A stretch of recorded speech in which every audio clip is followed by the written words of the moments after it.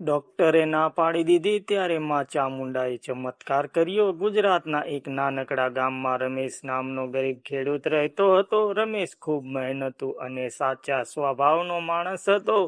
સવારે સૂરજ ઉગે તે પહેલા જ ખેતરમાં જતો અને સાંજ પડે ત્યાં સુધી મહેનત કરતો। ઘરમાં તેની પત્ની ગીતા અને એકમાત્ર દીકરો મયંક હતો। તેની અંદર ભગવાન પ્રત્યે અડંગ વિશ્વાસ હતો। ખાસ કરીને તે ચામુંડા માતા પર શ્રદ્ધા હતી। ગામના મંદિરમાં તે દર મંગળવારે અને શનિવારે દીવો પ્રગટાવતો। રમેશ હંમેશા કહેતો, ચામુંડા પોતાના ભક્તને ક્યારેય નિરાશ નથી કરતી। અચાનક આવી મુશ્કેલી। એક દિવસ મયંકને તાવ આવ્યો। શરૂઆતમાં ગીતાને લાગ્યું કે સામાન્ય તાવ હશે। ગામના વૈદ્ય પાસે દવા લઈ આવી, પણ 2 દિવસ પછી પણ તાવ ઉતર્યો નહીં। થઈ ગયો। તેને ઊભું રહેવું પણ મુશ્કેલ લાગતું હતું। ગીતા ગભરાઈ ગઈ। રમેશ, ચાલો તેને ડોક્ટર પાસે લઈ જઈએ। રમેશ તરત મયંકને લઈને ગામના ડોક્ટર પાસે ગયો।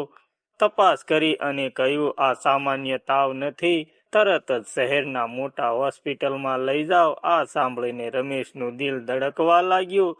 શહેરની હોસ્પિટલ। પોતાની પત્ની અને દીકરાને લઈ શહેરની મોટી હોસ્પિટલમાં ગયો। ત્યાં ઘણા ટેસ્ટ કરાવ્યા। રિપોર્ટ આવ્યા પછી ડોક્ટરના ચહેરા ગંભીર થઈ ગયા। એક ડોક્ટરે રમેશને અલગ બોલાવ્યો અને કહ્યું, તમારા દીકરાની બીમારી ખૂબ ગંભીર છે। અમે સારવાર શરૂ કરીશું, પણ સ્થિતિ મુશ્કેલ છે। રમેશના પગ નીચેથી જમીન સરકી ગઈ। તેણે પૂછ્યું, ડોક્ટર સાહેબ, મારો દીકરો સાજો તો થઈ જશે ને? ડોક્ટર થોડી ક્ષણ માટે ચૂપ રહ્યા અને પછી બોલ્યા, કરીશું, પણ હવે ભગવાન પર પણ ભરોસો રાખો। માતા ચામુંડા સામે પ્રાર્થના। તે રાત્રે હોસ્પિટલની બહાર એક નાનું મંદિર હતું। તે મંદિર ચામુંડા માતાનું હતું। રમેશ ત્યાં ગયો। આંખોમાં આંસુ હતા। તે માતાના ચરણોમાં પડી ગયો અને બોલ્યો, માં, હું ગરીબ માણસ છું। મારી પાસે પૈસા નથી, શક્તિ નથી, પણ વિશ્વાસ છે તમે મારા દીકરાને બચાવી લ્યો। રમેશ ત્યાં આખી રાત બેઠો રહ્યો। ભક્તિની પરીક્ષા। બીજા દિવસે પણ મયંક સ્થિતિ સારી નહોતી। ડોક્ટરો સતત સારવાર કરી રહ્યા હતા। ગીતા રડી રહી હતી, હવે શું થશે? રમેશ તેને કહ્યું, ડરશો નહીં, માં ચામુંડા આપણી સાથે છે।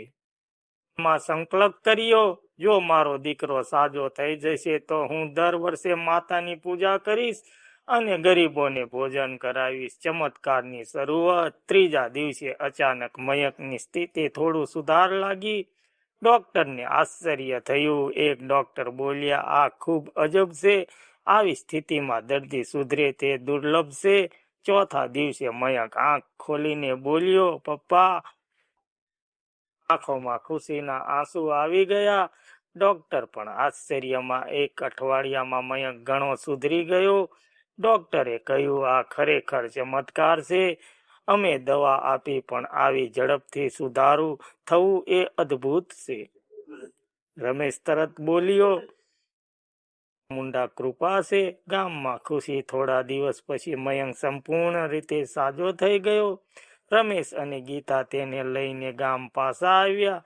ગામમાં સૌને આ ઘટના વિશે ખબર પડી। બધા લોકો મંદિરમાં એકઠા થયા। રમેશે માતાના ચરણોમાં માથું ટેકાવ્યું અને કહ્યું, માં, તમે મારી લાજ રાખી। તે દિવસે રમેશ આખા ગામને ભોજન કરાવ્યું।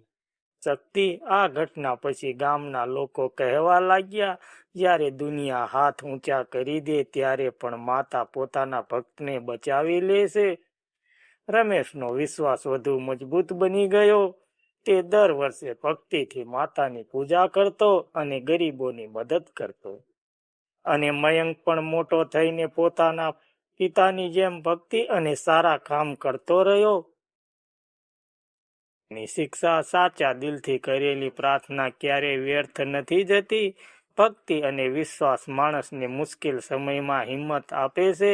માતા ચામુંડા પોતાના સાચા ભક્તની હંમેશા રક્ષા કરે છે।